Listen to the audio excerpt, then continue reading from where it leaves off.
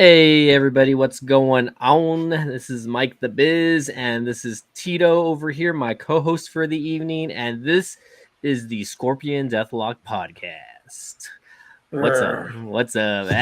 What's up? What's going on? We got lots to talk about. Yeah, happy Basically, Sunday. Happy Sunday, everybody. Hope you guys are enjoying your weekend, by the way. We are sitting strong at a 32 subscribers on YouTube currently, and I believe we have 18 followers on the X app or Twix app. I'm sorry. I know you've been using Twix. Twixer over here, right? Looks like we got a few people watching already. So if you guys are joining in, smash that like button. If you guys are wrestling enthusiasts, please subscribe, right? This isn't your normal podcast that people just rant about the product, right? We actually give valid opinions on this podcast, right? Not to call anybody out, right? JD from NY. JD from NY. No, I'm just kidding. I'm kidding. A guy like that will probably never even like take a peep at this podcast over here, but it is what it is. But yeah, man. I mean, again, this week, it was kind of dead as far as wrestling news goes. Like, there really hasn't been a lot going on. Minus the whole Cody Rock thing, and of course, obviously the allegations against McMahon. More stuff surfacing with Bruce Pritchard. But where would you like to start this week?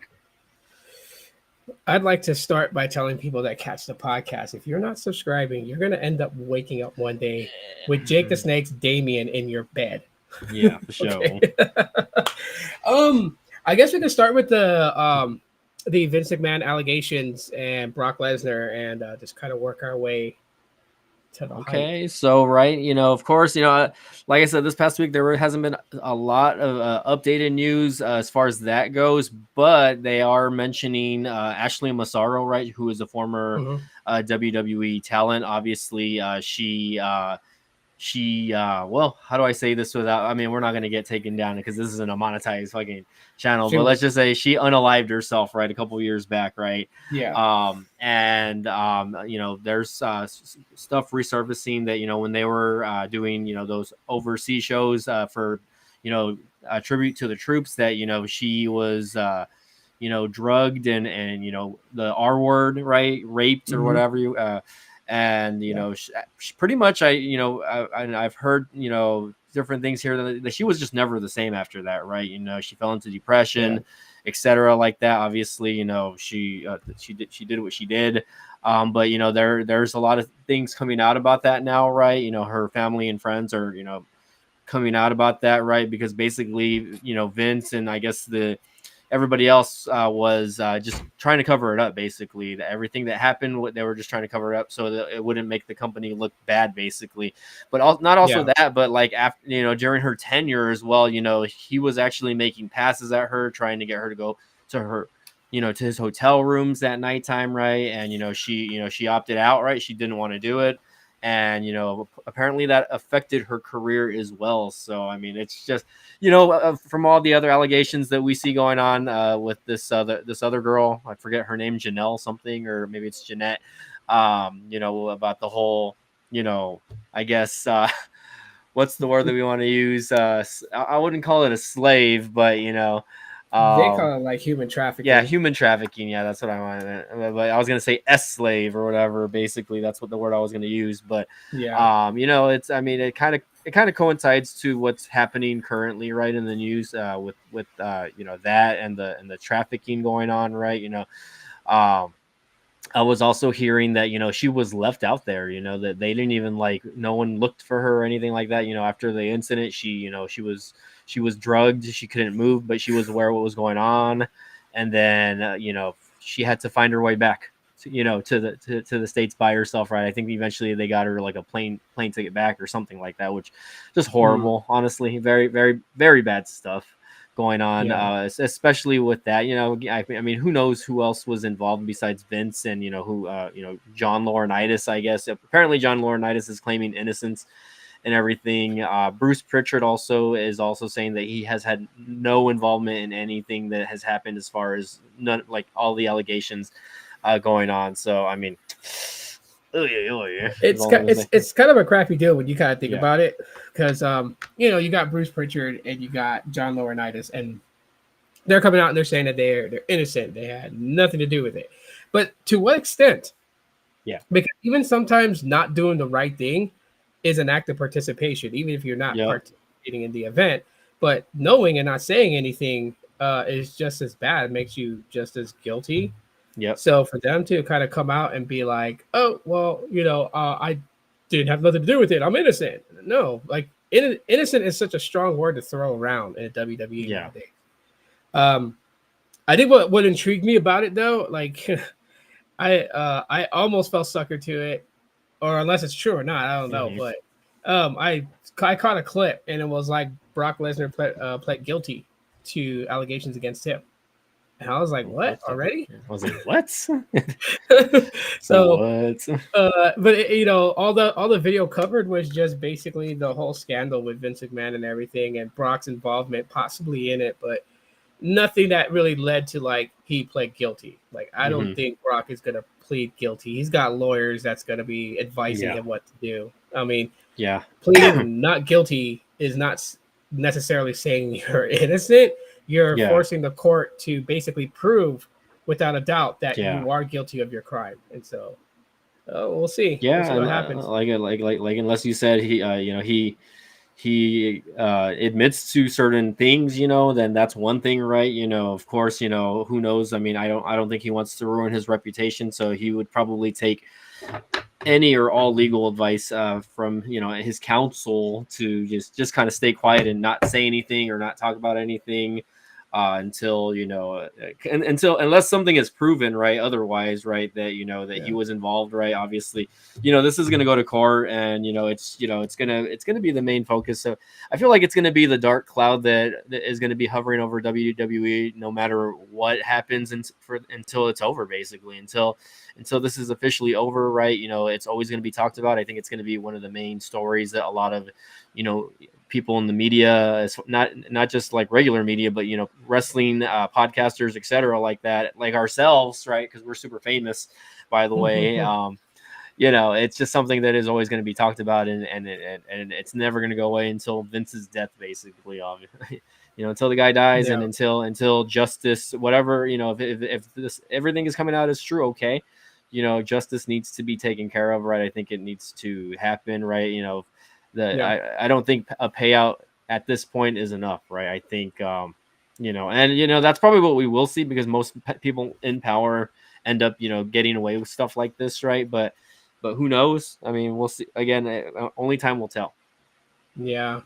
It's such a sad situation, really is, and a lot of things that's surfacing that um, it really puts the company in a bad light. I can only imagine Steph and Shane, Yeah. and because even when Vince passes, the stigma is going to stick with them for the longest time because they Yeah. were active, on the show. So, like, how innocent can they claim to be, like, to not know, what their father's doing, Eh, etc. So We that's got we got Mill Hustles in the house, by the way. I thought he was working, but maybe not. I I'm knew he was going working. to spawn. Oh, you're working. Okay. Oh yeah. I'm at the yard today, so I Okay. can stream for a little bit. Sounds good. So yeah, we're just talking about we started off the podcast talking about the Vince allegations and just everything that's kind of going on with that, and Ashley Massaro. I don't know if there's anything you want to chime in on. So I think this is going to usher another round of you remember that movement, the speaking out from a Yeah. couple years ago? Uh-huh. You know, a lot of old allegations are going to start going viral again, Mm-hmm. and new allegations are going to start coming out from all the companies. I think that's completely inevitable. I mean, I was still Yeah. working in wrestling when that happened. Bro, literally within hours, people were kicked off. They were unbooked. Shows were canceled. You Yeah. remember that promoter I was working for that I sent you his info Yeah. about what he allegedly did? He's gone from wrestling, Yeah. Mhm. Of course, you know. understandable. So, of course, everybody, what's funny is people that hated him, including me, were Yeah. like, yes, he got discovered for something. We don't have to deal with his crap no more. Yeah, and it's interesting because like what going back to what Tito was saying, like the stigma for people like Stephanie and Shane, and not just Stephanie and Shane, but other people that might have possibly known or at least knew about what was going on, right? They're just as equally as guilty, right, for not saying stuff that was happening. Right. So, I mean, do you think there's going to be any accountability on their end? Obviously, Stephanie left the company recently. Shane, he left the company a long time ago because apparently he did know what was going on. And he tried to stop his father. He said, I mean, Who said that? Who said well, that? other media outlets, right? I mean, I can't. Obviously, I'm not Shane. I can't speak out of there. But again, it's going to come out. It will come out. If they are, if they're called to testify in court, right? They're going to have to. They're going to have to, basically tell the truth. Yeah, they'll have to speak up if they're forced to. But yeah, how do you prove yeah, that that's how do you prove that someone is aware of something that's going on? exactly. That's really hard. Yeah, and the thing is, like, if stuff was going on like in the early 2000s when, obviously social media wasn't a thing and, you didn't have a lot of things that were able to be documented like there is now. Like, obviously, with that Janelle Grant girl with the text messaging and stuff like that. But, I mean, stuff back then, right? Most people were probably just, calling instead of texting back then, right? Or just other ways of communications. Let So me I ask you wonder if there's any paper trails. What's up? something. When did she work there and when did she leave? The reason I'm asking is because you can get a lot out of a timeline. Yeah. To my knowledge, it was pre-COVID. I think it was like, either 2018 or 2019, where he ended up employing her, and then it went on until maybe a little bit after COVID, I believe. So, again, I don't quote me on the timelines. I just know that it's somewhere around that time, though. Because if there's people that were there that they're gone now, Yeah. and then everybody was wondering what Bruce Pritchard said. I wasn't wondering at all because I knew he was going to say something like that. Yeah. And him, being so close to Vince, if the timeline is there, then they're definitely going to subpoena him. Yeah. No, it's gonna be an interesting next couple of years that we're gonna see, because I mean, if this ends up going to court, and unless the girl's just looking for a settlement, right? Obviously, but apparently, she wants to expose, and get people to speak up as well, right? And like you said, this is gonna bring out a lot of people that hopefully will speak up, right? There's gonna be a lot of maybe possibly ex-talent, that worked for the company that will speak up on this as well. I'm pretty positive that there's got to be one or two female talents, aside from Ashley Massaro, that was communicated to by Vince, and was asked to do things that she didn't want to do. Yeah, so we'll see. But again, dark clouds all around. I mean, but that's that's the wrestling business, bro. You're not going to always do what you want to do. Yeah. Of course, that there is limits, especially in these allegations. But Yeah. No. Well, anyways, let's see if I can change my background here. All right, I'm just in a house now. That looks like Vince's condo. Oh God. Oh. Right. Anyways, so yeah, we're live streaming currently on X and on YouTube. So YouTube is the Scorpion, or actually I shortened it. It's just the Deathlock Podcast now, but we still call it the Scorpion Deathlock Podcast. And then of course on Twix at the Deathlock Pod, or Deathlock Pod. So find us there, guys. I was sharing it out. That's why I was kind of recording an Instagram story to link it. Oh, okay. I was like, I was like, Tito's on his phone. Maybe his wife's calling him or something like that. No. I was just recording a quick clip and linking it so people can find it. Yeah. Sounds By good. the way, hopefully we got a few people on here. Flip phone, activate. It's working. What? Let me take a look here. Hold on. Oh, I got that white background going on now. That Q-Link sim I had works in here, so I put the Q-Link sim inside. Oh wow.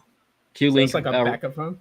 Wow. Okay. So it runs under T-Mobile, I guess, or they run off T-Mobile. That's good. I'm interested to see what you're gonna have to say about that whenever that pops up. So. I'm gonna start making this part of my tech podcast and be like, flip phone activate when I gotta search something. Just- Right. We're gonna be like, hold on, wait, let me let me run a search. Okay, give me about 5 minutes so I can type this out. I'm getting faster at T9 Yeah. typing, so pretty soon it'll be pretty It's quick. been a But minute, yeah. I guess we could roll into To SmackDown. did you guys see the conspiracies of The Rock? Everyone's now having a conspiracy that he's going to betray the bloodline at WrestleMania, that all this is a setup. Everything that happened the night that he stepped out when Cody gave up his spot was all a setup to bait Roman. It's like it was the funniest thing because even I came up with that concept in my head that that's a possibility. Mhm. But like my thing that I pointed to about it being a conspiracy was when the confrontation between The Rock and Roman, Cody said that the guy that gave him advice knows him very well. But everybody else on social media is pointing to the fact of what happened on Friday, that when The Rock gave his, if you smell what the bloodline's cooking, every one of the members of the bloodline put their little finger up, but everyone was focused on The Rock's hand because his hand was an L, like loser. Doing. Yeah, What do you think? Well, first of all, I thought that was funny because I think the ass boys in all elote wrestling or all alternative entertainment wrestling is what I like to call it. You know, they made a tweet about it saying, "Oh shit, The Rock is a part of the Gun Club now, right?" You know, like, you know, real freaking Bullet Club, Bullet Club or whatever. No, but Bullet Club Gold, I think that's what they call it. But anyways, you know, I didn't get anything from that other than that The Rock probably just did it wrong, you know, or maybe he, you know, maybe that's some sort of symbol for, you know, for the, you know, they might use it later on for him. I mean, obviously the L, right? You know, he just went like that basically. I think people need to stop with the conspiracies because if Yeah. they do that, you know, what if that was the plan, but they decided to change it because it's too predictable? I mean, there's so many weeks until WrestleMania. They could always change the outcomes. I mean, if that happens, who's the baby face? What do you mean between who? Between Roman and Rock? Yeah. If It Rock's wouldn't be. with him, It would probably be The Rock that's the baby face, especially if he turns on Roman, obviously, you know. Yeah, but if it goes the Yeah. other way, because like I was talking to my brother yesterday about it, if it goes the other way and The Rock really is like, you know, Hollywood heel Rock, and if Roman loses the title to Cody, that's a way to flip Roman from a heel back to a face, since he's been a heel for more than 3 years. Mm-hmm. Because The Rock could just take the bloodline. The I mean, Rock could. what if the crowd turns on Cody because of that too? The Cody crybabies. I mean, it's possible, but I don't see that happening. Not with how much push they've put behind this story. It's just like they're gonna, you know, I do see Cody going heel sometime soon because that's the MO of every top guy. They win the title as a face. They lose the title. They win the title as a heel. Like they always end up going back to a heel because the obsession of being champion. It's always been the same MO when you look at every top guy. So I think this run, Cody's gonna stay face until Especially he after SummerSlam. After SummerSlam's when everyone turns heel or face, right? Yeah, which could be the lead up. I mean, if Rock stays heel and Roman loses, and The Rock kind of like shames Roman for losing the title, Roman goes face, it could lead to The Rock and Roman at SummerSlam. So there's a door there that would still get what some people want to see, but I don't know. I don't see The Rock, you know, betraying Roman and helping Cody at Mania. I don't see that. Yeah, for me, I'm indifferent about it because you guys know anything can happen at Mania. Like it kind of reminds me of like when, you know, it was Stone Cold versus HBK at WrestleMania. I think it was WrestleMania 14, and they had Mike Tyson come in as like the special enforcer, right? Yeah. And then of course, like we all thought that, you know, Mike Tyson was on DX's side, right? But then, you know, he ended up, you know, siding with Stone Cold towards the end. So it could be something similar to that extent, but, you know, obviously he was a person that was outside in, and The Rock, you know, is obviously not, you know, it's not like that. Or, I mean, who knows? They could possibly be repeating that, but I just don't know, honestly. I just don't want them to change it. If that is their plan of what you're saying, I'm going against it. Not because I want it to, because I just don't want them to be like, too many people are thinking this. It's too predictable. Let's switch up. I mean, it would be Yeah. cool to see The Rock kind of screw Roman and Roman get what he deserves, not only losing the title but losing everything because The Rock basically would take the family away. Like, you're on your own, and if you can't do it on your own, then why should you even lead the younger generation? Like, I could see that. I just don't want them to change it. It's like even too many people talk about it, and it's so predictable. It's like you're taking away from the ratings of that show. So they could always be like, let's do something else, and then that's where it might not go the way we want it to go.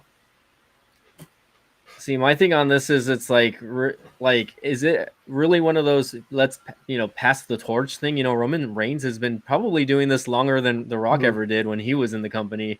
Obviously a champion way longer than The Rock ever was also. So at this point, we can all firmly say that he has eclipsed them as far as championships and whatnot goes.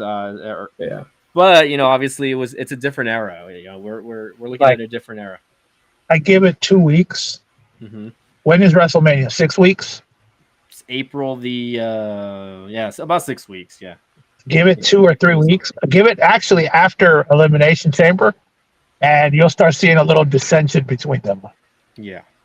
And as soon as we see that, then very likely, something will happen. We'll see if there's any like miscues, especially in the ring, because obviously when The Rock was there, and I guess we'll just talk about The Rock promo, right? Hollywood Rock is back, right? He was insulting the crowd like he knows how to, I don't think anyone can do it better than him when it comes to stuff like that, right? I think. Yeah, but he was mild on that one. He could have went way harder than just calling people, telling people. I think the fact that this is the PG era now. If this was maybe the Attitude Era, we would have been hearing the bleeping and everything like that. It definitely would have been different. But I thought it was hilarious. It was a fun promo to watch. But if you noticed during the promo, right, that you didn't really see or hear Roman get any type of word in. Paul Heyman, nothing. It was just all Rock. And then, there's a story right there. And then they click, and then he's kind of overshadowing Roman when it comes to stuff like this. And not to say that Reigns can't cut a promo. Obviously, right? We know that that's something that he kind of struggled with. The first couple of years of his main roster debut, and people made fun of it. John Cena made fun of it. Obviously, if you guys remember that a couple of years back, it still plays on YouTube as recommended. Right. So it's just one of those deals where hey, are we going to see that some of tension between the two the two top guys? I mean, I wouldn't say two top guys, but the top guy and then the guy that has not really been relevant the past 15 years in the company, deciding to want to come back like he did the last time in 2013, 2014, when he was kind of overshadowing the CM Punk title reign when he came back and feuded with John Cena for those couple of years at WrestleMania, which in my opinion, I didn't care for the first one and I didn't care for the second one either. Yeah, promos were okay. Promos were okay though. Promos were good. I think the promos, especially when John Cena returned with the Doctor of Thugonomics and cut that freestyle in the ring about The Rock. Mm-hmm. I just think it's funny because of all the memes that's coming out right now, right? So this is just when you're looking at the lead up to WrestleMania. Now everyone cuts memes, people use Roman Reigns, thing about this is what I'm going to say if they call me into work, and then they pop one of his little promo cuts. But the funny thing that I'm noticing that's funny is the Rock's memes that's starting to flush all on social media with him and his $500 shirt back in the 90s. And then when he was Hollywood Rock with that leather vest, and then the way he wore Friday is a combination of the two. It's just my God, people. I mean, details. It's true though. Like the vest, he would wear vests. He would wear mostly solid black vest, I think, back then. But I think he implemented the the $500 shirt transition in there. I guess I thought that was hilarious. That is the thumbnail for this video, by the way. Yeah, I believe you have the classic, and then you have what's going on now. I liked it. I can't complain about that. I don't know. It's definitely different. I feel like the new generation of kids that didn't get to live through that, right? Let's say for example your kids. I don't know if your kids watch wrestling with you, right? Oh, they do. But this is a first. I'm pretty sure they're not watching the old episodes of Raw or SmackDown from 20 years ago. So they are. When I got them into wrestling, they've been hitting the libraries and watching all. They know a lot about the Attitude Era. Yeah. Okay. Well, that's good. So I don't know about most kids that will do that, because some won't because of the attention spans nowadays, right? But Yeah. for some, I mean, cool. They get to kind of have the nostalgia piece also, even though again they didn't get to live through that, obviously. But anyways, I don't know any other thoughts on the Hollywood Rock or Roman Reigns feud right now currently, or with the whole Cody thing. That promo, the Rock cut, Yeah, it shows that like how bad wrestling altogether is lacking with promos. yeah. Like it's just his promos are so superior to everyone. The only guy that could match him is CM Punk and probably outdo him. It would be nice if he wasn't injured, and but yeah, it just shows. It's true. I mean, like you said, there's not a lot of people that can kind of grab the crowd. I'm talking about like grab the crowd where everyone's paying attention to every single word that they're saying, because you don't get lengthy promos like that. A lot of these superstars don't get the time that again guys like The Rock get, guys like Roman Reigns get. Even though again Roman Reigns doesn't really cut promos like that. He's more of a just get in and get out type person, right? When it comes to his promos. Yeah. Again, you don't see that other than guys like CM Punk, maybe MJF, maybe again, I'm still not sold on MJF yet, right? But if you pay attention to the alternative entertainment wrestling or all elote wrestling is what me and Mill Hustles like to call it, right? Again, he's had some pretty good promos and over the past couple of years when he was feuding with guys like CM Punk and whoever else, right? That he was feuding with, and I think his whole babyface shtick, no thanks to me. I prefer him as a heel.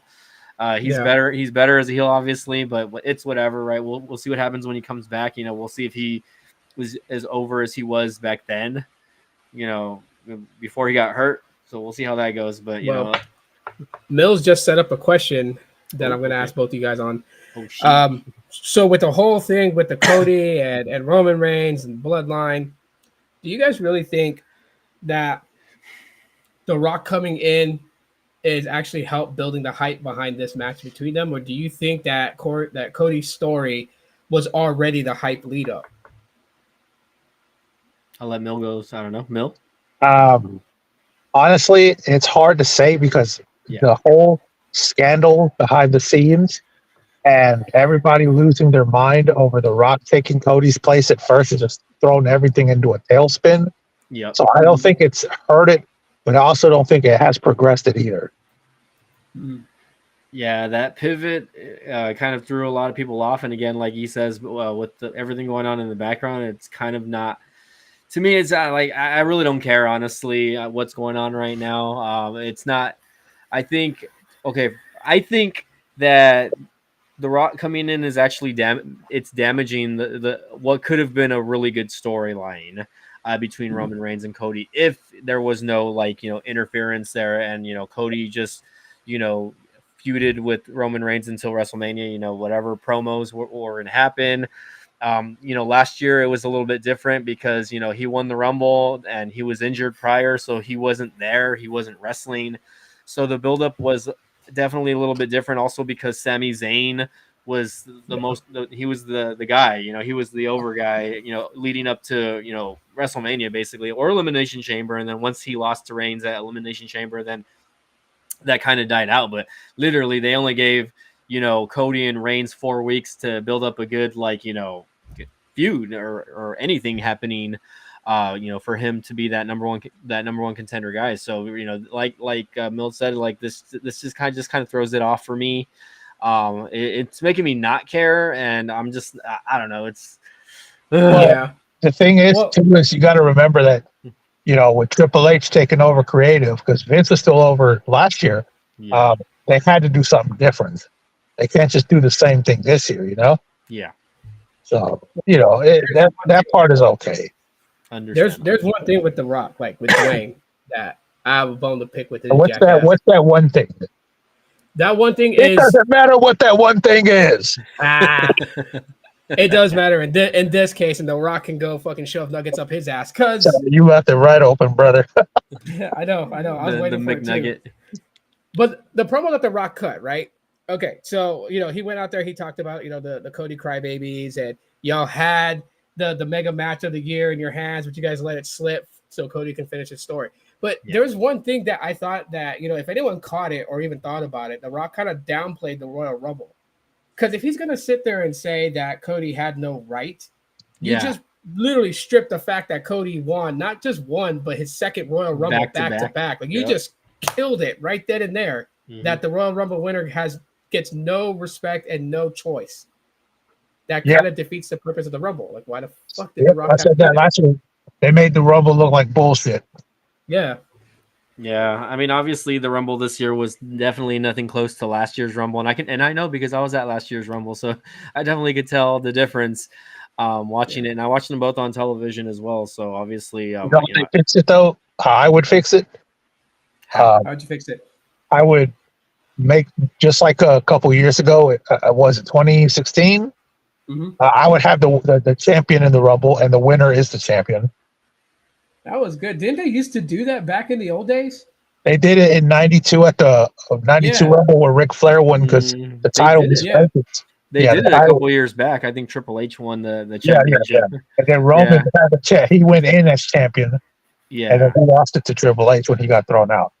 Yeah, which a lot of people were pissed off about because it's just like, what the fuck? It is what it is. And then I think there was that one year where Brock, I think it was a couple years back also, where Lesnar went in as the WWE champion also. I think he won that one though, didn't he? I'm not 100% sure. No. What's his name? Drew McIntyre. Claymore kicked him out. Oh yeah, but I think he pretty much went through half of the. Yeah, he went through 16 guys. He went through 16 guys. Yeah, I think before McIntyre. That pissed me off because that just took out so many people quickly, and I was like, dang, that's like half the guys in the Rumble gone already. Like, yeah, that was I think the Royal Rumble in 2020. That was the year. That was COVID year actually. So Mike, I was like, how do we forget that shit? Mike, how would you fix it? How would I fix what the Rumble. The Roman thing? It doesn't matter how you fix it. Whatever. He's gonna go off. My opinion is irrelevant. It's what the Scorpion Deathlock podcast universe thinks, right? Yeah, well, I mean, so millions of Scorpion Deathlock followers, right? The millions and millions and millions. And anyways, so one thing that I did mention to Tito before we started going live here was the fact that there's really only 2 confirmed matches for WrestleMania this year, and we're 6 weeks away from probably the biggest WrestleMania in history of WrestleMania, obviously, right? So what are your thoughts on that, guys? Obviously, the WWE Women's Championship from SmackDown is one of those matches, and then Cody versus Reigns is the other. But we got nothing else going on right now. Yeah, we'll see little by little more matches being added. There'll be last minute stuff and everything. I kind of hate that though. Like I kind of hate that they're kind of throwing the mid card titles under the bus right here. Right now, there's nothing going on with Gunther, whatever you want to call him.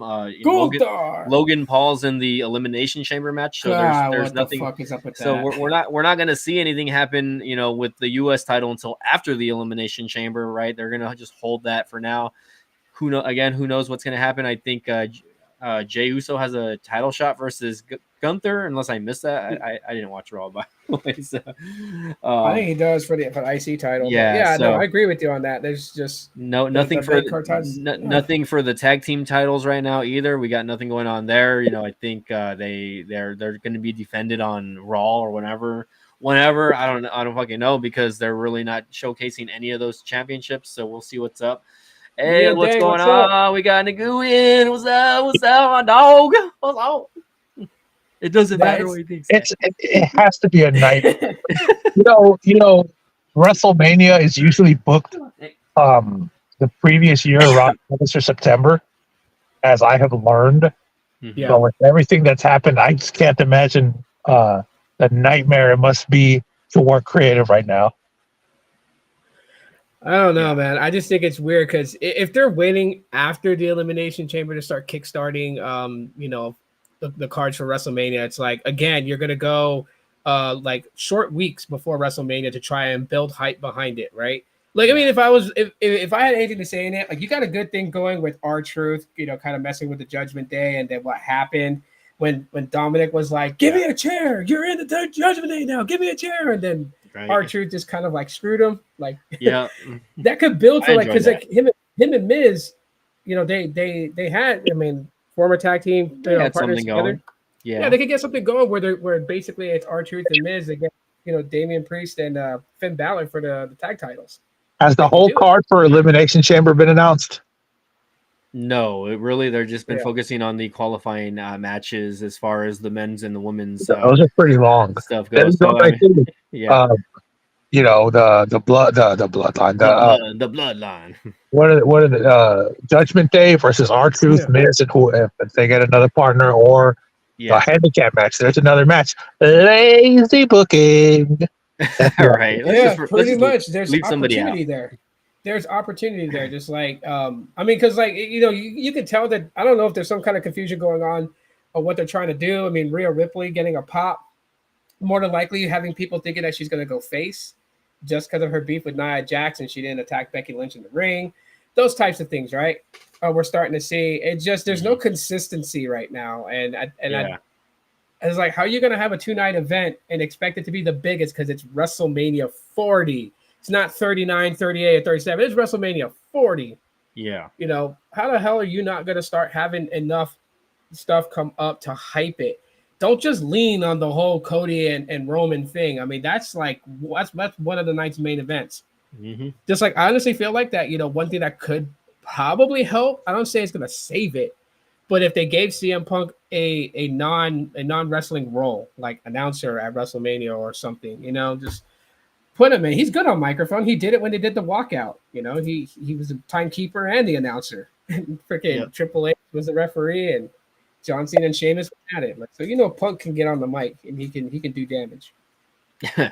Yeah, no, he did it in AEW, and obviously he does his MMA stuff. So I wouldn't mind seeing that. But again, everything's just kind of flip-floppy right now, and it's just hard to tell what's going to happen leading up to WrestleMania. So I think they just got us all like kind of biting our fingers, like what the hell is going to happen? Because I want to know what the hell is going to happen. I don't want to just be invested, like you said, in that one match, with Cody and Reigns. Because I mean, I have a feeling I'm going to be disappointed in the outcome of that match. That's my opinion, though. Right? That's just my opinion. Bad juju. Bad juju. But I have a feeling just like last year, which they should have pulled the trigger on it last year. I have a feeling that I'm going to be disappointed again this year. And who knows? We'll see what happens. But like, I need the other matches to be good. Like last year's WrestleMania, minus night two. Night two was a little bit slower than night one. Last year's WrestleMania was solid. I can't complain. I enjoyed last year's WrestleMania. Night one was probably my favorite. Obviously, night two again was a little boring, but the main event, was it that really kind of saved night two.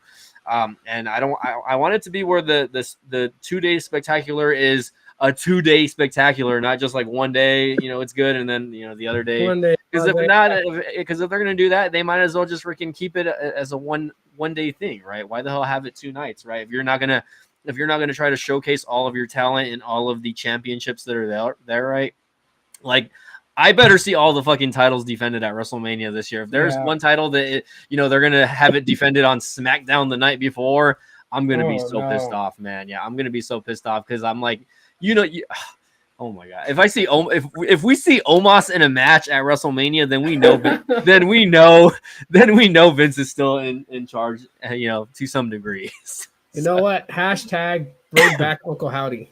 Golly, that would be mildly entertaining. Speaking of Vince, I was going to ask Vince Russo this actually.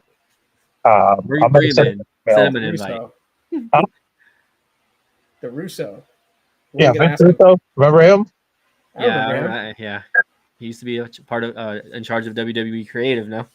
Yeah, I know some of you don't like him. But that's fine. He's a friend of mine. Yeah, I don't have anything against Vince Russo. I have nothing against Vince Russo. I love what he did when he was in WCW.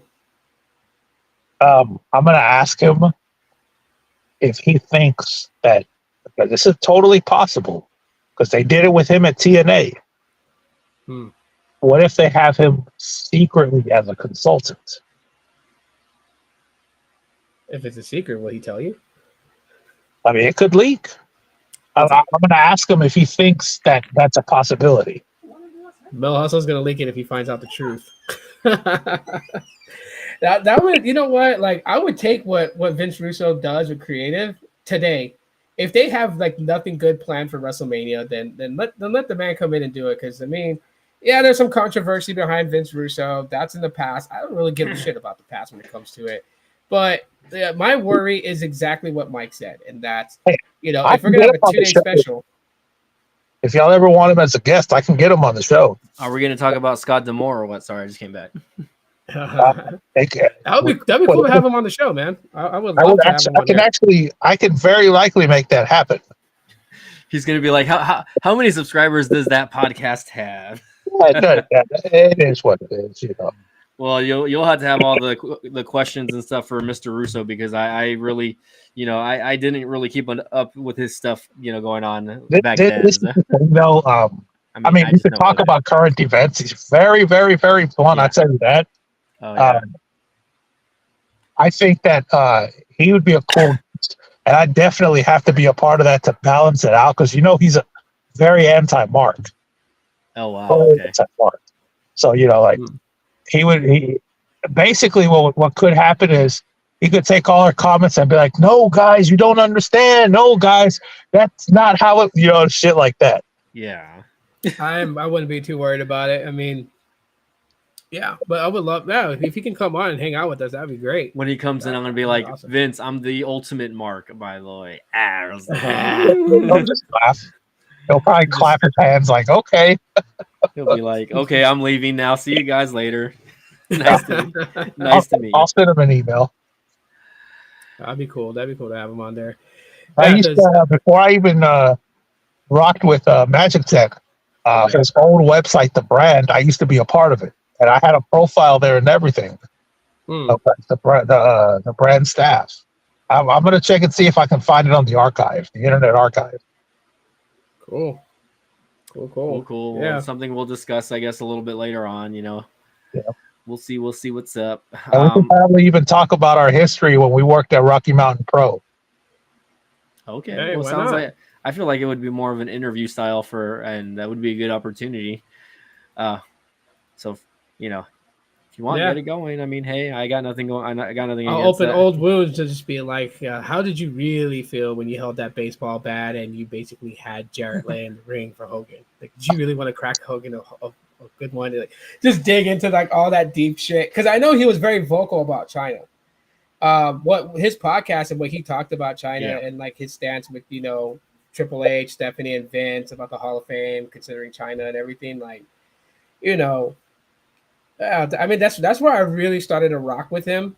I mean, I like what he did, like with the whole thing with WCW. I know people didn't like the whole freaking New Blood story. They thought it was bullshit, like how Bill Kidman could stand toe-to-toe with Hogan, like all that type of stuff.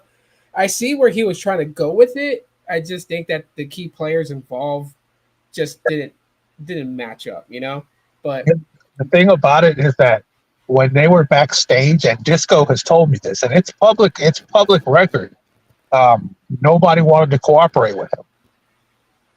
Yeah, it's got to be tough when you have an idea that it would be good, but the key players they're not making the magic happen to sell it, right? You can only write and create with your brain, but you can't.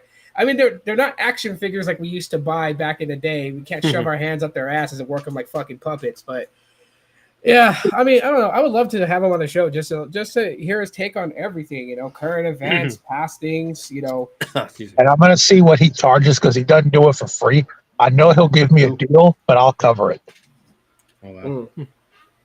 Mills coming in. Dang, Mills got that money, if you know what I mean. Besides the whole fucking Rock promo and WrestleMania, I mean, so kind of just diving into just a little bit of like what happened. I know you had the results of SmackDown. Do you guys feel like putting Logan Paul in the Elimination Chamber is a good thing, that it would hype the event for that, number one contendership?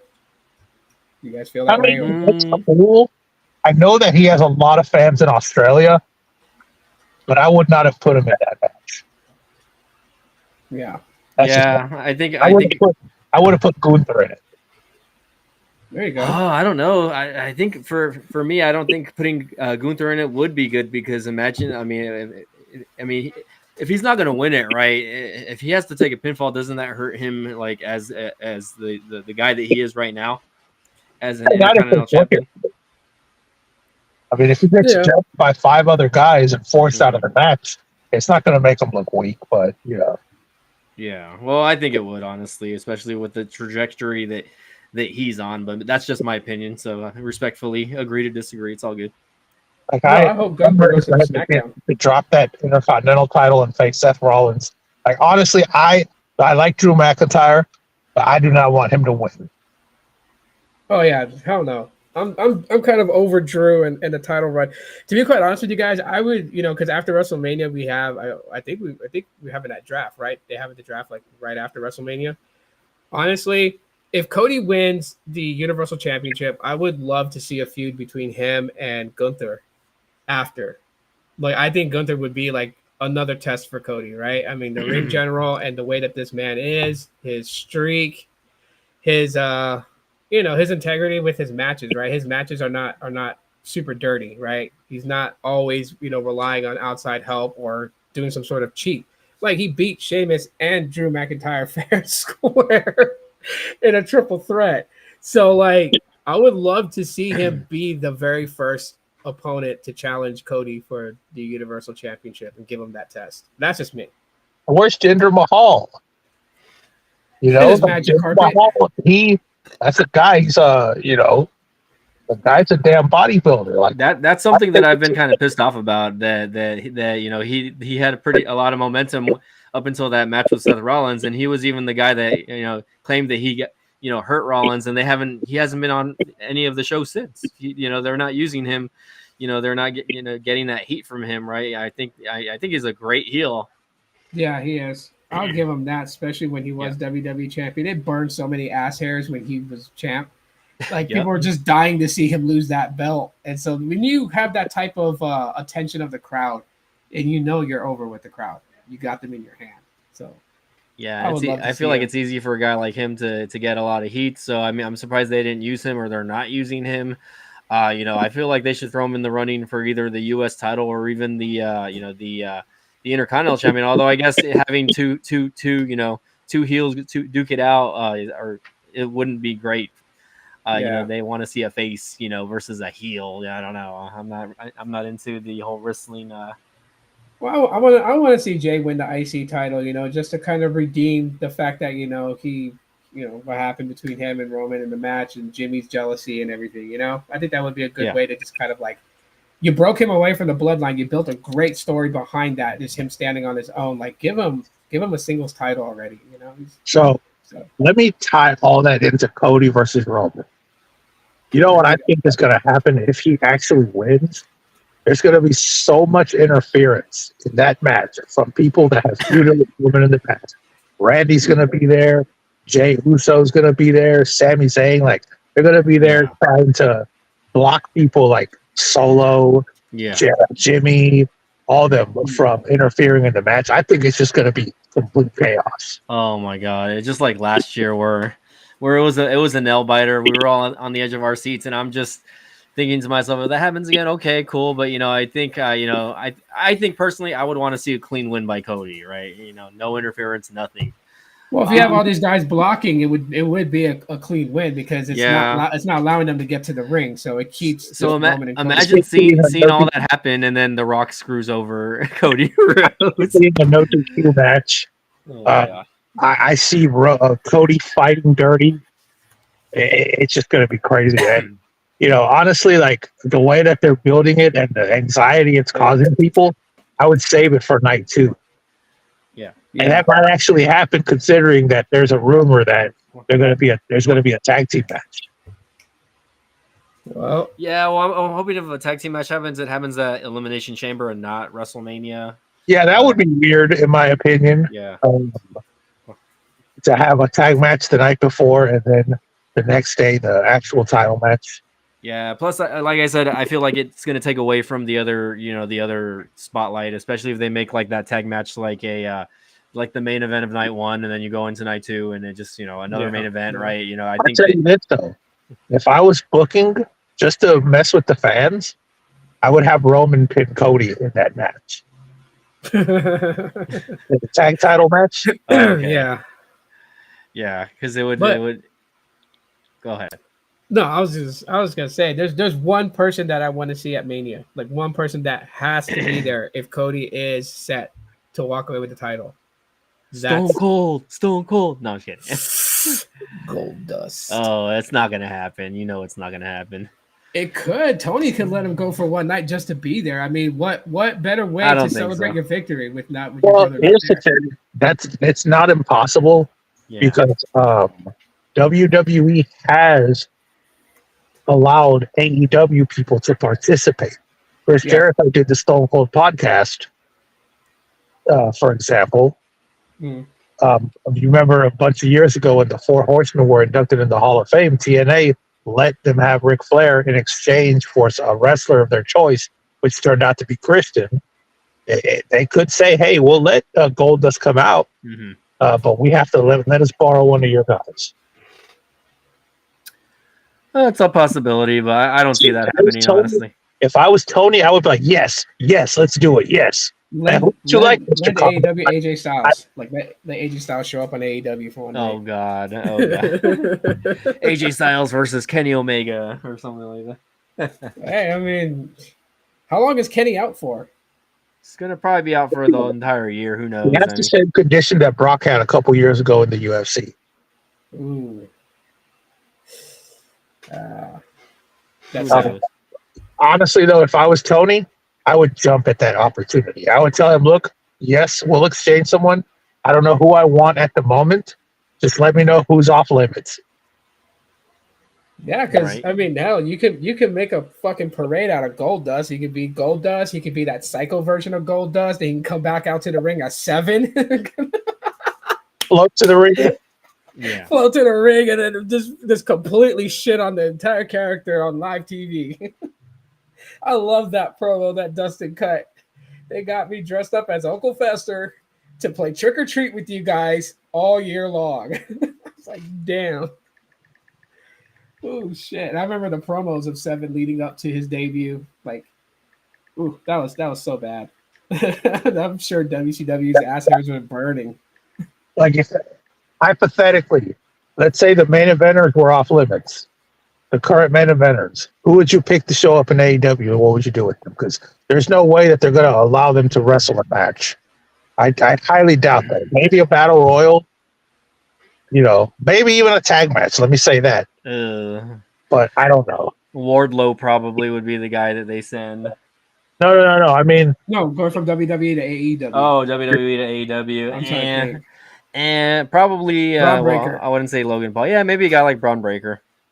Yeah. Yeah, because I don't think it would be like an established talent that is there right now. That it would have to be like somebody new. Or maybe somebody that has ties with other wrestlers in the company. I'd say Kevin Owens. It could be Kevin Owens also, right? Because he does, Owens, or Sami Zayn. Because they're all buddies with the Elotes. Yeah, the Elotes. So they're the dumb bucks. Yeah. Well, they don't even go by that. They're just the Jacksons now. So let's just call them the Jacksons. We'll go with that, right? Speaking about that, we're going to talk about Darby Allin's promo. Oh, Darby Allin's promo. Oh, let's talk about that. I got another one to go off of that. Channeling his inner Jim Cornette.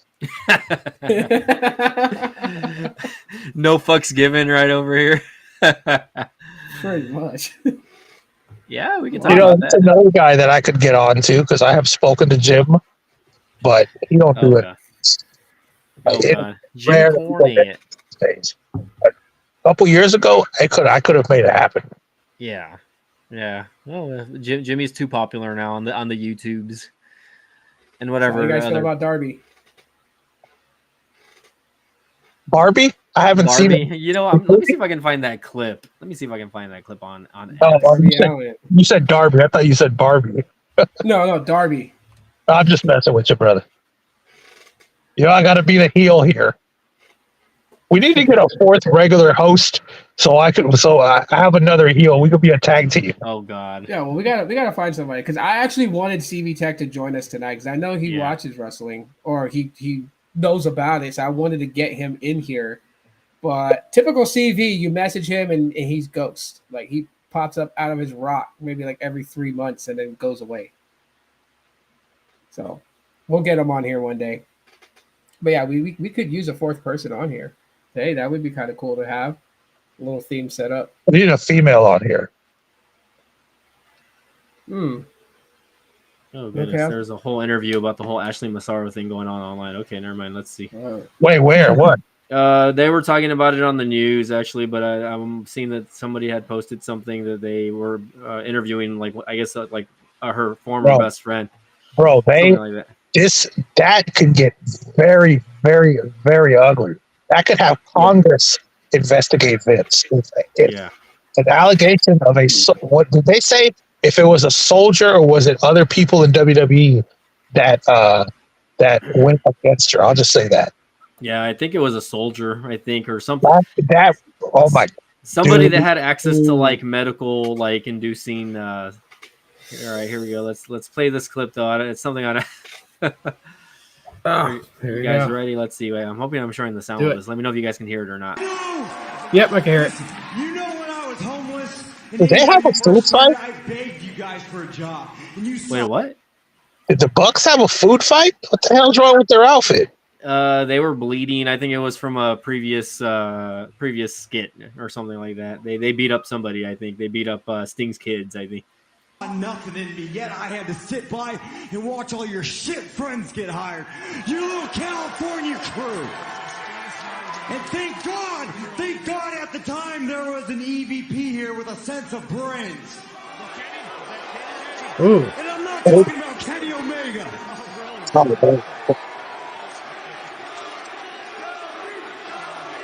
Well, I'm talking about some personal choice Friday. You know, you did.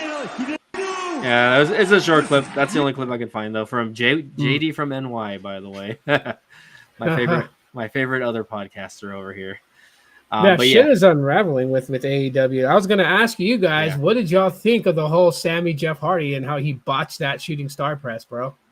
I don't think it wasn't on purpose. Obviously, I think it was just a kind of a freak accident that happened. You know, he, probably leaned in the wrong way when he was doing that shooting star press, and unfortunately, his leg landed on Jeff Hardy's head and it knocked him out. I mean, that's such a risky move. You saw what happened to Brock. Yeah. I think the same thing happened with Mr. Kennedy and Kurt Angle when he broke his arm. Yeah. Was that a shooting star press? I don't remember, but anytime you jump off the top rope, like something similar, I'm sure. Yeah, it was so crazy because, I only caught wind of that because it started circulating on social media. The aftermath of the match where Matt basically flipped the bird to Sammy's face because he also hurt Matt with that same move too. Sammy Guevara, very nice guy. I've spoken to him before. He needs to be doing some more mat wrestling at this point. But he's always accidentally injuring himself. Or something just always goes wrong. Yeah. Is that right? Yeah. All right, sorry, I got all these dogs barking in the background. 1 second. I thought it was my dogs. Yeah, dude, I felt bad because when they were trying to help Jeff out of the ring, you could tell that wasn't like storyline shit. Like he was knocked the fuck out, like probably concussed. When that comes back, it's going to be very interesting having Sammy and Sasha Banks on the same roster. Oh, yeah. After what he said on that interview that got him in a lot of trouble. Yeah. Take sensitivity classes, and he had to apologize to Sasha over the phone, which she forgave him, but it was crazy. Be interesting to have. Oh yeah. Oh, I remember that. But yeah, them being on the same roster is going to be interesting. Yeah, I was going to say that. Hopefully, that doesn't get there's no drama going on there. But he's married now. He has a daughter, so hopefully there's no bad blood. And Ty hasn't been on TV in a while, has she? Not since she had the baby. I mean, it hasn't been that long. I think it's only been a couple months, So she's probably on maternity leave currently. Dude, Carmella's been gone forever too. Who else? Carmella. Oh yeah, she had her baby a couple months back. Also, I think Corey Graves was actually out for a little bit as well after that. So I'm pretty sure. I mean, I don't think we're going to see Carmella anytime soon. Maybe next year, at next year's Rumble, she'll be a surprise entrance or something like that. I like Carmella. If she wants to come back, I'm a fan of hers. I like her. Yeah, I wish they bring Enzo and Cass back.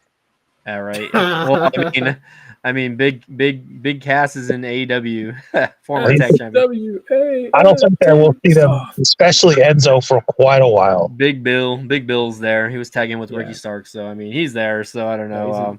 How do we go from WWE talk to AEW talk so quickly? Yeah, that Darby thing that was trending. I wanted to look for a video of that shooting star press that I heard that the white suits with the blood was a shot at Jim Cornette. Oh, really? Because that match because a long time ago he wrestled Paul Heyman at WCW, and he bladed and he bled all over a white suit. Oh, okay. Yeah, I remember that. Let's see. Trying to find this, see if there's any clip of him getting hit by Sammy Guevara, but I mean, it was everywhere, and now I can't find it. I should be able to find it probably on YouTube, if anything, because the one that I saw it on TikTok, and they showed like different angles and slow mode it where you can see Sammy's knee crashing down on Jeff's face, and I was like, damn, that fucking sucked. And I know, Sammy obviously has to feel terrible about that, especially him hurting Matt with the same move. Oh, I found it. Yeah, I found it. Hold on. Let's see. Someone recorded it in the crowd. So let me go ahead and get back on the screen share really quick. But yeah, apparently he didn't get a concussion from this. So, dude, I don't even know how the Hardy Boys are walking these days. Hold on 1 second. Have you ever met them? Either of you? No, I haven't gotten a chance to meet any of them. All right, I've been on a show with them in Clover, South Carolina, a couple of weeks ago.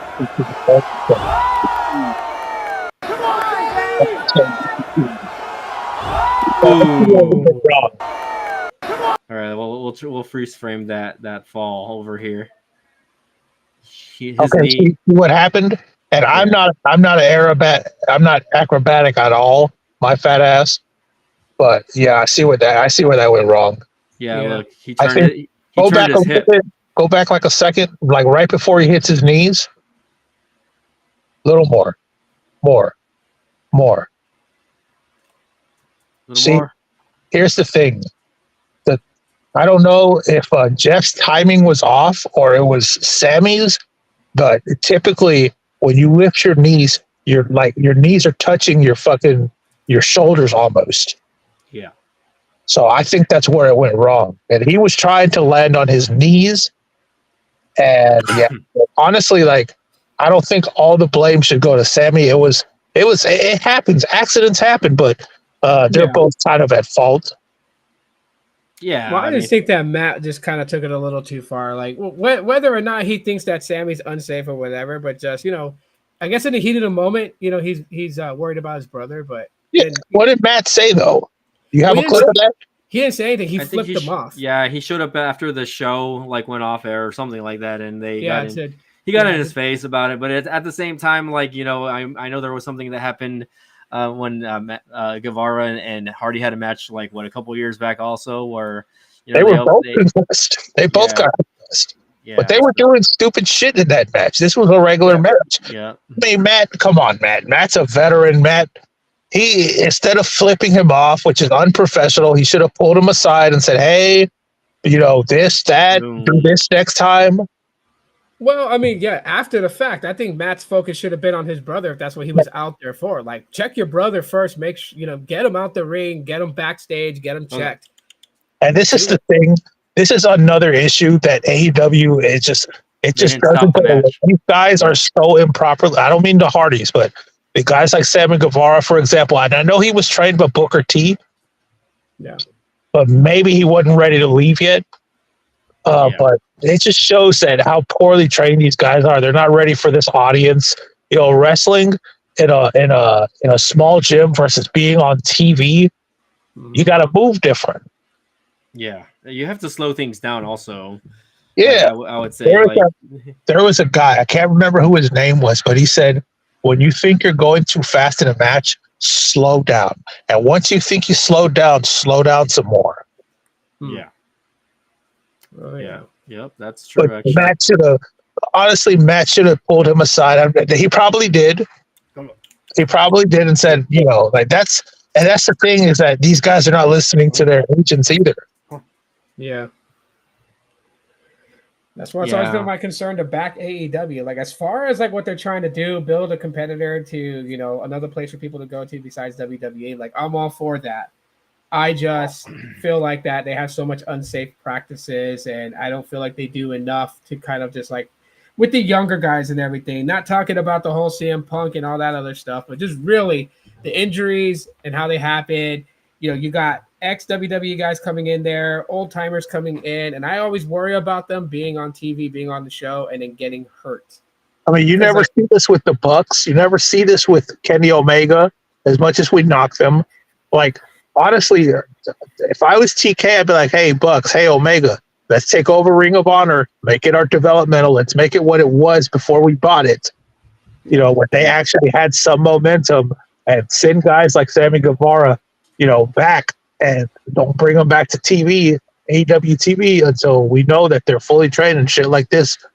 It's always going to happen, but, you reduce the possibility. Yeah. I agree with that. No. Yeah, you got anything else to cover tonight? Well, I mean, I was gonna go over the SmackDown recap, but I mean, I don't know. Do it. I don't know. Let's do it. I don't know if there's something you guys want to cover. Let's see. So again, SmackDown. we already went over the return of The Rock and Hollywood Rock. So let's go over what happened at the beginning of the show, right? So we have an Elimination Chamber qualifying match: Kevin Owens versus Dominic Mysterio. You're in the Judgment Day. Get me a chair. Yeah. So it is what it is. I mean, I thought it was. I thought these matches were lengthy, actually, for what they were. They only had maybe like 4 matches on the entire show, but it was actually like a good length, including the female matches. But yeah, I mean, I think R-Truth, still super over right now. I think, hopefully we'll see some sort of, tag team feud with him in the Judgment Day, whether it be with him and The Miz, or maybe him with Kevin Owens. Some strange bedfellow situation going on over here. We'll see how that goes. Obviously, KO wins the match, right, from the distraction, and he moves on to the Elimination Chamber match. Then you have Elimination Chamber qualifying match number 2 for the men. You have The Miz versus Logan Paul. Again, a pretty lengthy match. And I was like, I was kind of trying to pay attention to the match. I was like, man, The Miz is actually, I mean, hey, for a guy that's been doing this for almost 20 years also, right, the guy can still move in the ring. He, like you said, he's never been hurt. He can still do this at a high level. Everything that's been happening, I think his wife had some sort of issue recently also. I don't know, with a pregnancy or something like that. I'm not sure what's going on with Maurice, but there's stuff going on there, and he's still making it to the show and wrestling's chops to The Miz, right? Honestly, I heard about her medical condition. Yeah, so hopefully everything works out, man. Yeah, fingers crossed that everything's good with her, and hopefully everything is okay. Again, Logan Paul unfortunately wins the match. Boo! I don't care about that. It's like it's I don't know. Logan Paul in the Elimination Chamber, like I have a feeling they're gonna have him like at least outlast half the members. Yeah, he's gonna be one of the last guys that gets eliminated. He'll probably be a second to last, or even he'll possibly probably be the one to eliminate KO, and that's gonna set up a match with them at WrestleMania for the US title. Yeah, that'd be good. KO, I'm glad he's in a little better shape than he was before, because, for this wrestling business, like when you're like kind of a chubby guy, like Samoa Joe, for example, I mean, these guys are great wrestlers, but you notice how often they get injured. Kevin Owens is the exception, and it's the same thing with Jon Moxley. You remember when they got injured, how long they were out for? Yeah. It's Yeah. same thing with MJF. Like I hate to get off subject, but it's just a observation. Oh no, we're about to dip off subject real quick. Anyways, Uh-oh. you want to get that question from Gene? All right, here we go. He's asking, how do you all like the WWE television shows moving Raw to Netflix and NXT to the CW and SmackDown back to the USA Network in October of 2024? So Netflix isn't supposed to start till January, Yeah. and it's interesting because the USA deal ends like 4 or 5 months before. Yeah, I think it's October actually that it ends. So it'll be a couple months though where we see the deal ending. So my question is, where are they going to extend that for the few months, or is there going to be some sure sort of they will. transition?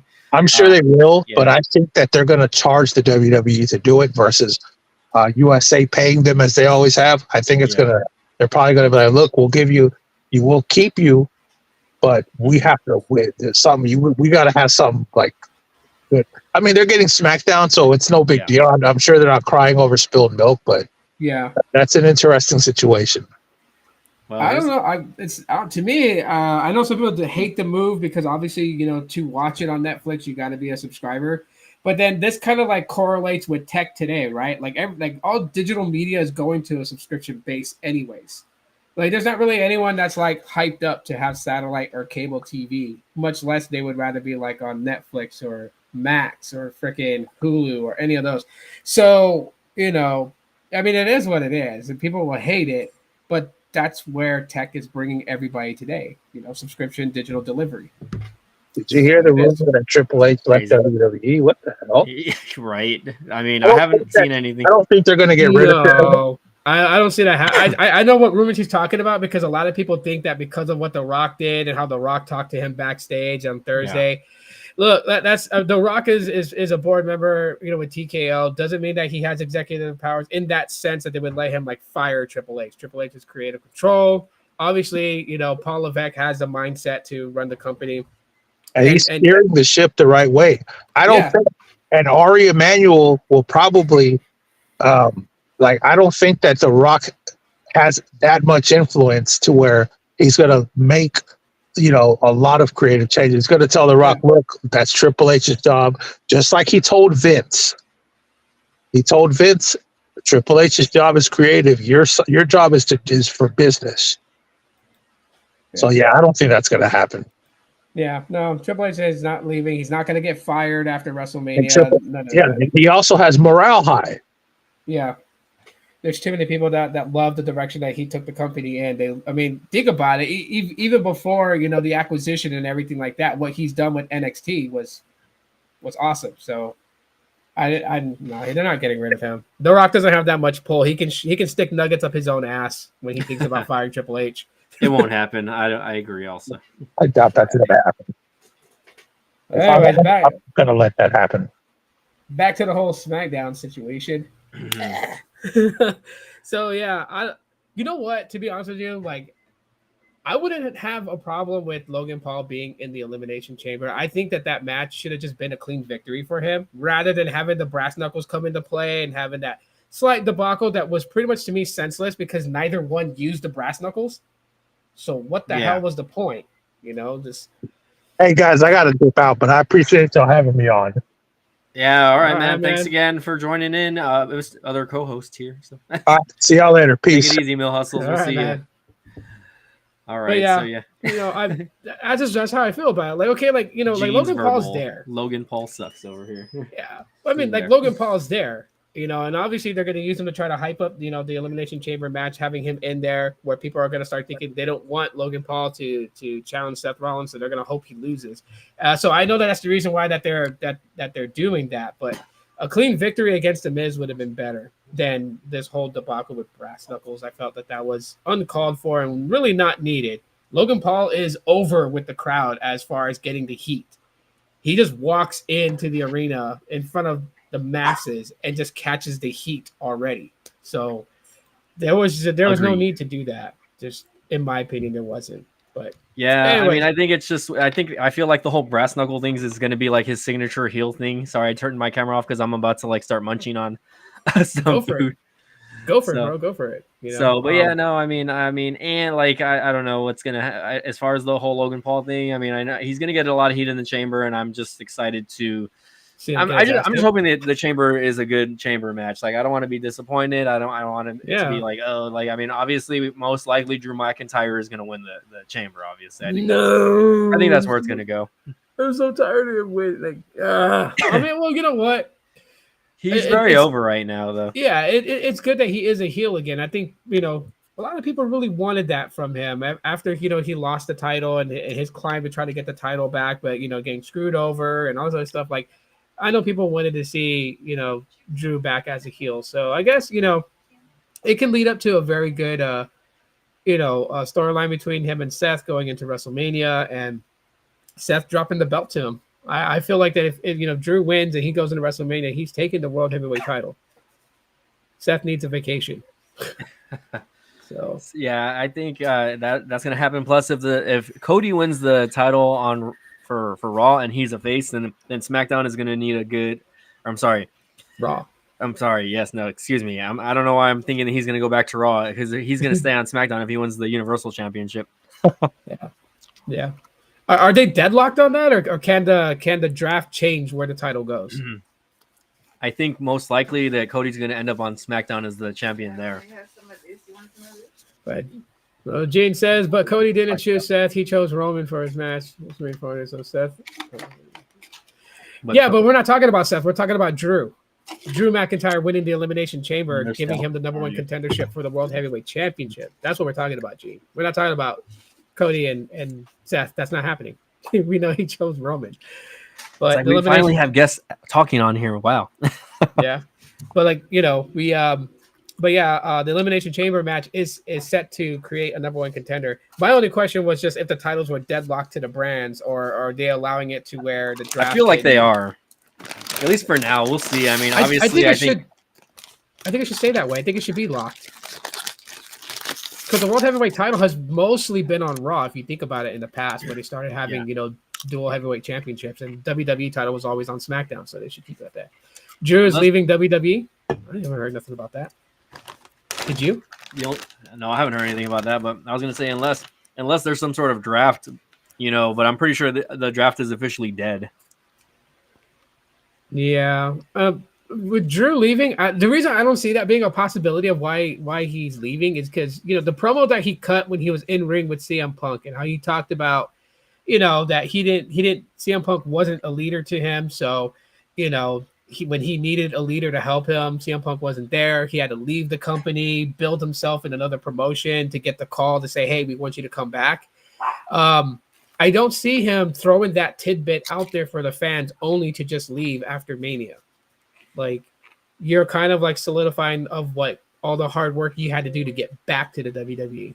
So I don't really see Drew leaving. Like, I kind of follow where you're going, Gene, because we see a lot of this type of stuff. Like, Triple H is supposed to get fired after WrestleMania. I saw a lot of TikTok videos about that, or Instagram reels about that, and people are saying that Drew's going to leave too. And it's like, no, if it happens, I'll be shocked, because I'm like, what was the point then of making Drew #1 contender if he was just going to leave the company? Because Seth has to lose the belt. Like, he's had it for so long. He's had injuries. He needs a vacation. Like, he does need to put the belt down and go away for a little bit and kind of just recover, So yeah, I do see Drew. If Drew wins Elimination Chamber, I see him becoming World Heavyweight Champion. Yeah, I agree. I think that's where that's going as far as the world title goes. Yeah, because Drew's good. He's not injured. He has no injuries right now, so he's good to carry the belt. And his in-ring work is so much better than what it was before. So. Plus, he's already got a feud set up with CM Punk if CM Punk comes back like in July. Yeah, I think that's like the idea of it, right? Since basically Punk lost his. Maybe we can finally get the Summer of Punk. Maybe we can finally get it. I mean, this is why I think that it would be a good idea for CM Punk to be like an announcer at WrestleMania, or just at least be a part of the show, is to kind of set that feud up. If Drew wins night one, CM Punk can say something that pisses Drew off, which. CM Punk, man, damn, I'm so I'm so sad we didn't get to see Seth and Punk go at it. Oh, I know. That would have been such a good feud going into Mania. Like I would have been probably more excited about that feud than Yeah. Roman Reigns versus Cody. Oh hell yeah, dude! I would have if it was Punk and Seth for the World Heavyweight title, totally would have my attention. And then unpopular to some people out there that love CM Punk. I mean, hey, I like CM Punk too, but I would have wanted CM Punk to put Seth over like that because Seth needs it. But just as an act of good faith that you are with the brand and that you're not gonna like try to shit on them anymore. Take a loss. Do what Cody did, right? Cody got to Mania, lost, and then fought his way back. No bitching, complaining. No, I want a rematch. I got screwed.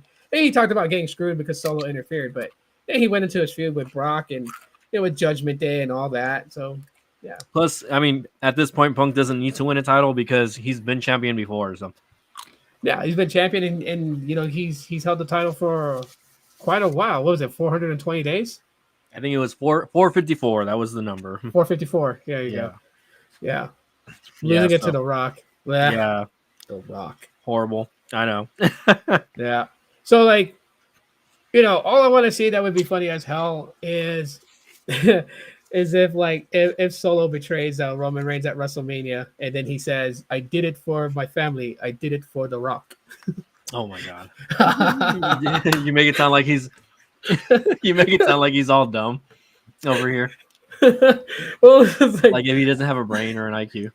he pretty much plays that. Like, honestly, I mean, we talk wrestling, so let's just get into the nitty gritty. I honestly feel like that Solo doesn't need to be in the bloodline anymore. Like, he should start branching on his own.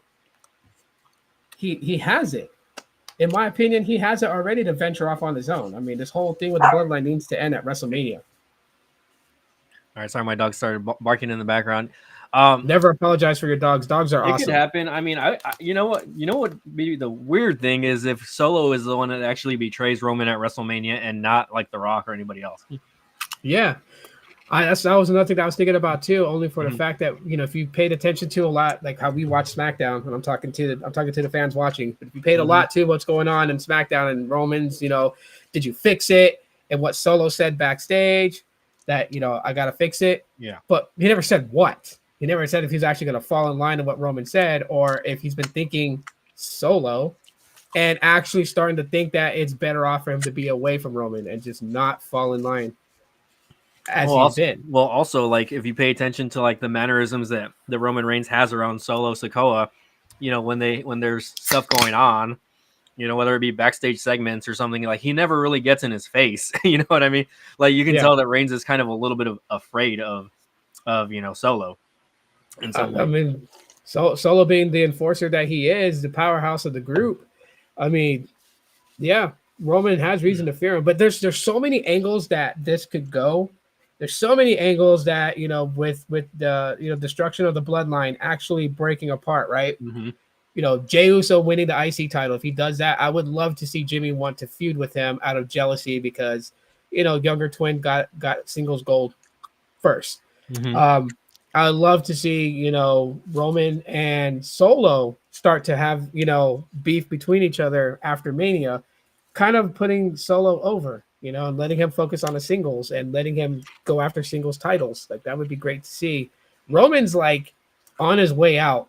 People don't really think about it, but he's been wrestling for a long time already. He can go, and it'll be okay.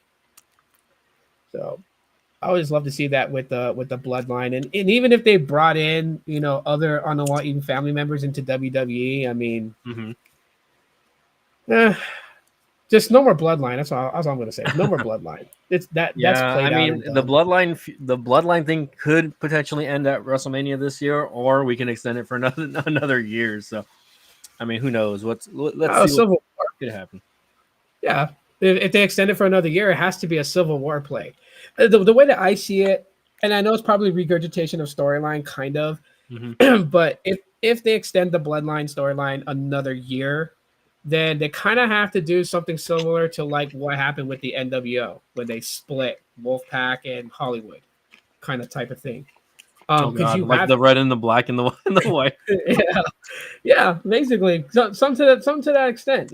I mean, they had a lot. This is what I don't understand about WWE. They had a lot of momentum behind the fact that when Jay broke away, because the hype was there. Like, he said that he was done with WWE. Deuces, ooses, left the show, and then Cody announces that he came to Raw. Mm-hmm. So you have all that momentum behind it. You could tell that the fans want to see that. They want to see dissension amongst the bloodline. They want to see one of the family members take it on. And while Jay was filling that shoe, then he went to Raw. And it's like, you had your moments, but you really didn't get much interaction because Jay was on Raw, there on SmackDown. And Roman's a part-timer. He shows up maybe like once a month, twice a month type of thing. Yeah. So it's just, there's so many cards that they had that they could have played. They didn't do it.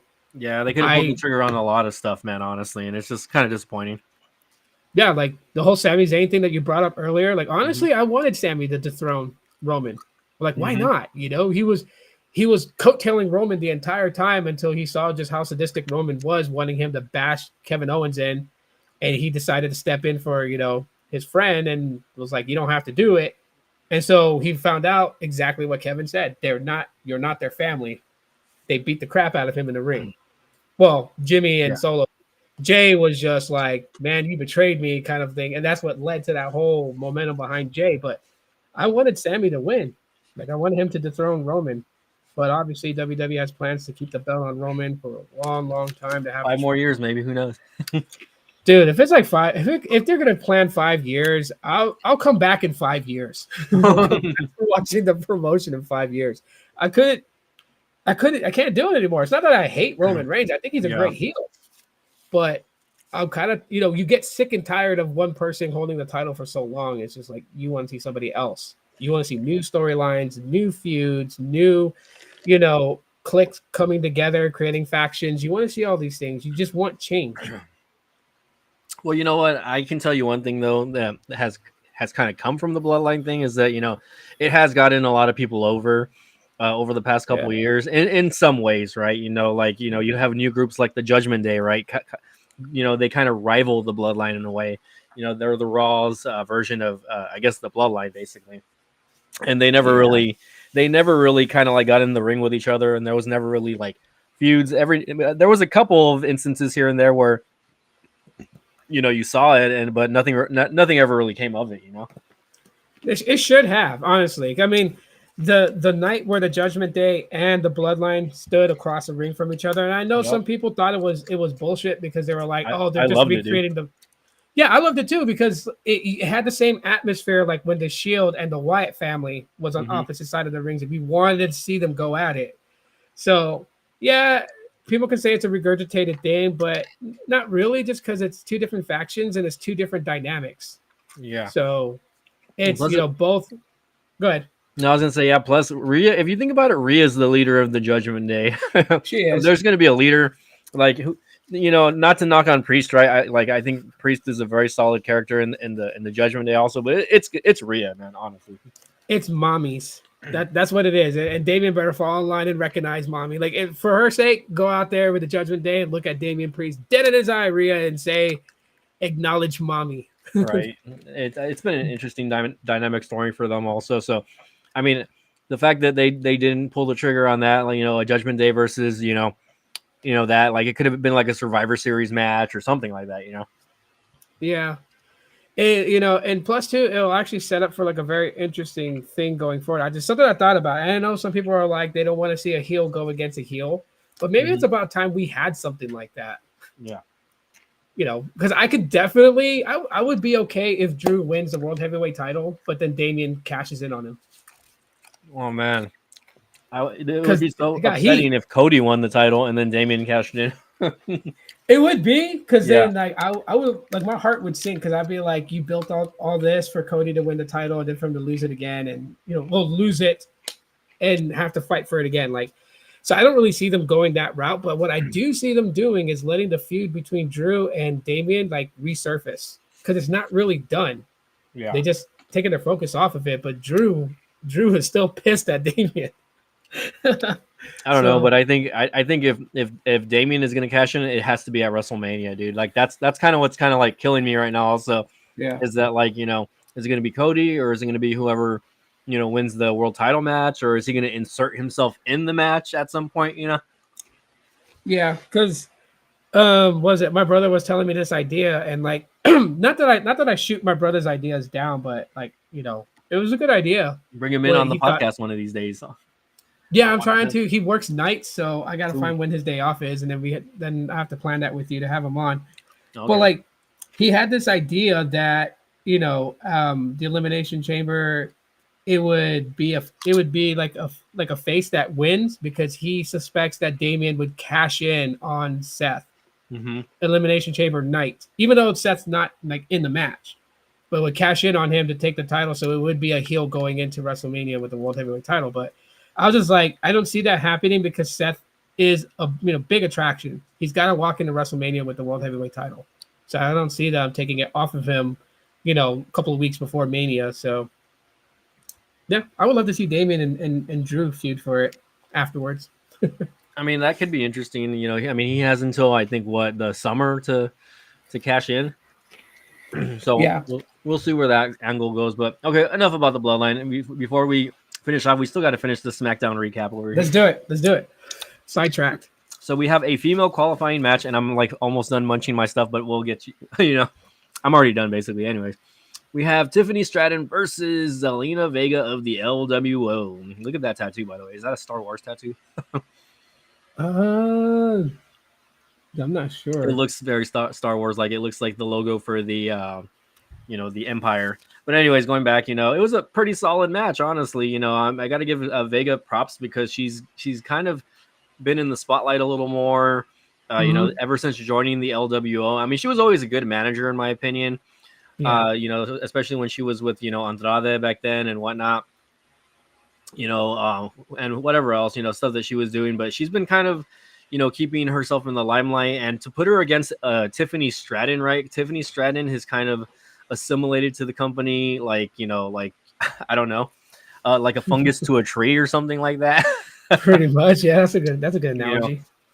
She's only been doing it a couple years. She's a former NXT Women's Champion already, and I knew she was gonna get a call up. I only needed to see her in the ring once before I was like, oh yeah, they're gonna call her up really quick. She's, even though she's technically still green to the actual business itself, right? Yeah. She's adapted in the ring so well that it's been crazy, like to see some of the matches that she's been in already. But the fact that she got the win here, she's going to be in that female match. She's going to be able to kind of showcase what she can do in the female elimination chamber. So I mean, I'm interested to see where that goes and what they're going to try to do with her, right? And if you watch the backstage segment, also she kind of got in Jade Cargill's face. I don't know if you saw that or not. Yeah, that's all. That's why I was like, the women's side of WWE is very intriguing. I like what they're doing with them, and just these potential feuds. Like, they're giving us teasers, and I love that because you just see so much potential there. So, Zelina Vega, she is one of my top 5. Mm-hmm. And I, with the interview that she did after joining the LWO, that really put her over with the crowd. I mean, obviously where her name comes from, and I laughed when I heard it that the name Vega obviously she took from Street Fighter, from her favorite character in Street Fighter. And I was like, really, that was my favorite character when I used to play it back in the day. So it's good to see them using her in such a great way. So even when she had her title, like her run for the championship, even though she came up short when she faced Rhea, but I was pulling for her, man. Like, damn, she's got it. So yeah, no, she's gotten herself over, and I think that the fact that WWE is letting her kind of use her hobbies and interests as like something that will let her connect with the fans. I'm gonna kind of just showcase a few of the cosplays here really quick. That she's done, but like she's done Street Fighter, she's done like a lot of anime stuff. Hold on, let me see if I can just copy paste. I believe she did Gundam also at one point. I think the last at Rumble, I think she did Gundam at the Rumble. Hopefully nothing explicit comes out here. I'm over here. My safe search is off. My safe search is off, so I'm gonna get banned. But like I remember seeing this one last year at the Rumble. She did Yuri from Street Fighter. This one was badass, by the way. That is badass. Yeah, she She did needs to that keep one. doing that. There's your character right there, Vega. Yeah, that was awesome when she came out as that. I was I just think she's like, done Queen of the Damned also. I've never seen the Catwoman one, obviously, but like I think she did like a posing thing for Queen of the Damned. Let's see what else. Let's see. She did this one, which is an anime, Naruto. She cosplays as one of the villains of Naruto yeah, as well. Obviously, she's done a lot of Mortal Kombat stuff as well. You know, I think it's getting to the point where like you're starting to actually see some of these cosplays like at events. yeah, it's a good thing. So I'm kind of happy to see that. Right, you can kind of see there the UD cosplay, and she tries to come out with like a new one every year. So I kind of can appreciate that because I'm a big anime and video game fan. So I enjoy it, man. Honestly, like Yeah, I give her much props. I Like think I give this her one's much props for from. doing it. Oh, okay, this one's a Dragon Ball character. Actually, she did Dark Frieza. I was wondering what the deal with those colors were. I was like that looks familiar. She did Frieza basically from Yeah, Dragon Ball. So we all know that that was a pretty big character there. There you go. All I can say is Aleister Black or Malachi Black is a lucky guy. Lucky for however guy. long that lasts, because that's one thing in wrestling that Oh, is for sure. this one Two was so different good, by the promos. way. When Andrade was still at WWE back then, Yeah, Team Rocket, I love that one. The Jesse and Jace one, OMG. yeah, And of that course, was here's your awesome. favorite one right there. Yeah, crazy enough as is, man. But I'm like, yeah. So I mean, I thought the match was decent. It was more interesting to me Mhm. than like the men's qualifiers, honestly. Yeah, and the fact that I think this match went like a good 9-10 minutes also is saying something that they're really putting more stock in the women's division, obviously, and trying to Yep. get back to and they're trying to get more eyes on it. Obviously, I've just been enjoying that, honestly. Like I don't mind lengthy matches, as long as there's story behind it, and as long as you don't get super bored. Because I mean, sometimes I find myself saying, "Wow, this match is still going on," because we're so used to the short matches. We're used to like Yeah. 3 to 5 minute female matches. Which shouldn't be the case, right? I think they should get just as as much time as the guys do when it comes to the matches. Especially what they're pulling off. They're not pulling off no. I'm sorry to say it. They're not pulling off no Alicia Fox slaps. They're actually like wrestling. So I've been thoroughly happy with the women's division. Since they started that revolution to get more eyes on the women's scene and to see that they can put on matches just as good as the guys. But yeah, interesting to see what plays out with the Elimination Chamber. Who do you think is actually going to walk into the Elimination Chamber and challenge Rhea? As far as who wins from that, that's going to be a good question. Actually, we're still waiting on some of the qualifiers to come out though. So I don't have a pick right now, honestly. Do you think Jade Cargill's going to be in it? No, I think the plans for that were scrapped actually. So I don't think we're going to see Jade Cargill unless there's something going on with Tiffany Stratton and they just pull the trigger on that. Oh no, hold on, let me put no thanks over here.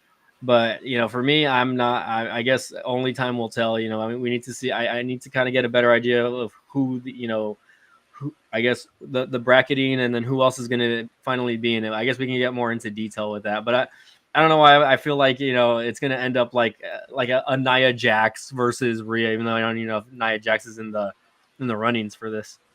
I don't know how I feel about that. I guess it'll be okay. It would just be okay. So like if I say it's okay, it's like maybe my fourth or fifth match lineup against Rhea that I would be interested in seeing. Obviously, yeah, I would love to see Becky kind of go for it, but at the same time, I'm kind of conflicted in that. Becky's been on top for a while, so I'm like kind of like not wanting to see her in that role. I want to see some fresh faces. So yeah, well, I mean, Naomi won her qualifying match as well, right? We had again Alba Fire, which I believe she replaced somebody else that got hurt recently on an NXT event. I think it was supposed to be Shotzi. That was supposed to be in that match with Naomi, but she ended up getting hurt at one of the NXT tapings. And now, she replaced, again, Shotzi versus Naomi. Again, Naomi and her had the match. Naomi, of course, from the two was going to win that match. I think it was no hesitation on that W for her, right? So, I mean, again, it's going to be interesting. I just want the matches to be enjoyable, and whoever does come out of it, we get a solid feud with Rhea, leading up to WrestleMania. I think that's what I want to see. I feel like right now they're not pushing the whole Bailey and Io Sky. They did have a backstage segment with Bailey and Io Sky, which they're kind of trying to do like the Nakamura thing, where he's just having like the backstage vignettes. And they did that with the Japanese girls. They interviewed Io, they interviewed Asuka and Kairi Sane. They all kind of did like a together promo. And again, it was against Bailey, right? And basically, we're still kind of in the mix also with maybe Dakota Kai possibly turning on Bailey at WrestleMania, and there just being some sort of like ups like an upset basically to the fans, right? But I'm just like, how many upsets can they do at WrestleMania? You know what I mean? Yeah, no. I mean, like, if that happens, then okay, because I mean, I know Dakota went to Bailey for help because they threatened, sleep with one eye open to Dakota Kai. If Dakota doesn't actually stay with Damage Control, seeing that you brought it up just a while ago, how cliche but funny it would be to have a new member of this all Japanese Damage Control and bringing in a male character of Shinsuke Nakamura. That would be interesting, honestly. I mean, I would love to see I don't know. I would love to see them bring in like someone that can actually translate. That way they can cut their promos, and then then they say this person says, just to kind of annoy people. Of course, even though I know Io and Asuka know a little bit better English than Kairi, obviously. But I mean, they can probably cut promos. I think Asuka has like a YouTube channel actually, so everyone says that on TV. Yeah, I was gonna say I hear that her English isn't that bad actually. No, it's not. It shocked the hell out of me when, if you go to her channel and you look at her earliest videos, like her English is very clear and very you can understand it. I just think that it was at some point that when her channel started getting bigger and bigger, I guess creative control and WWE wants her to stay basically in kayfabe, so then she starts converting more to her Japanese and then speaking with the Japanese English accent, but her English is actually really good. Oh yeah, well I could understand the whole kayfabe thing when it comes to them being able to do stuff like that, which I'm surprised that there's I guess now they're allowing some of the stars to kind of reach out and do other things outside of WWE. So that it'll be interesting, but again, going back to the female elimination chamber, whoever wins it though, I think as long as we get a good story and we'll see. Obviously, Rhea Ripley is at the top of the female game right now. Sorry to Io Sky, right? But Rhea is the female champion in everyone's eyes when it comes to the WWE. Yep, yeah, she put in a lot of work too. Yeah, so I hate to do it, man. I just noticed the time. I gotta start prepping dinner and stuff like that. So it's all good. We've been on for almost 2 hours already. So yeah, I'll go ahead and close it out. And I guess we'll set up another one for next weekend. Yeah, I'll get text me your schedule. I'll let you know mine, and we'll see what's going on. Yeah, we'll drag Mills into it and then get CV in here. And speaking of getting like someone like I said, I've reached out to Shining Polaris and I haven't got a response back yet. So I'll probably reach out to her again and see if she wants to come on, since she has her own channel that she talks wrestling on. She can join up with us. That'd be cool. Sounds good. Yeah. And I also know a few people, that I can maybe reach out to, from my former podcast days. I know I have a few connections. Yeah. I know one of the former NXT broadcasters that I actually helped interview a while back. I don't know if you remember. He goes by Alex. His real name is Alex Del Barrio, but he used to I forget what he used to go by Alex something on NXT though. He used to be one of their commentary guys, and then also I know the Spanish commentary guy for AEW right now. So we can do a little interview style stuff. See how it is for them to work in the business, etc. Like that. Just little things. Yeah.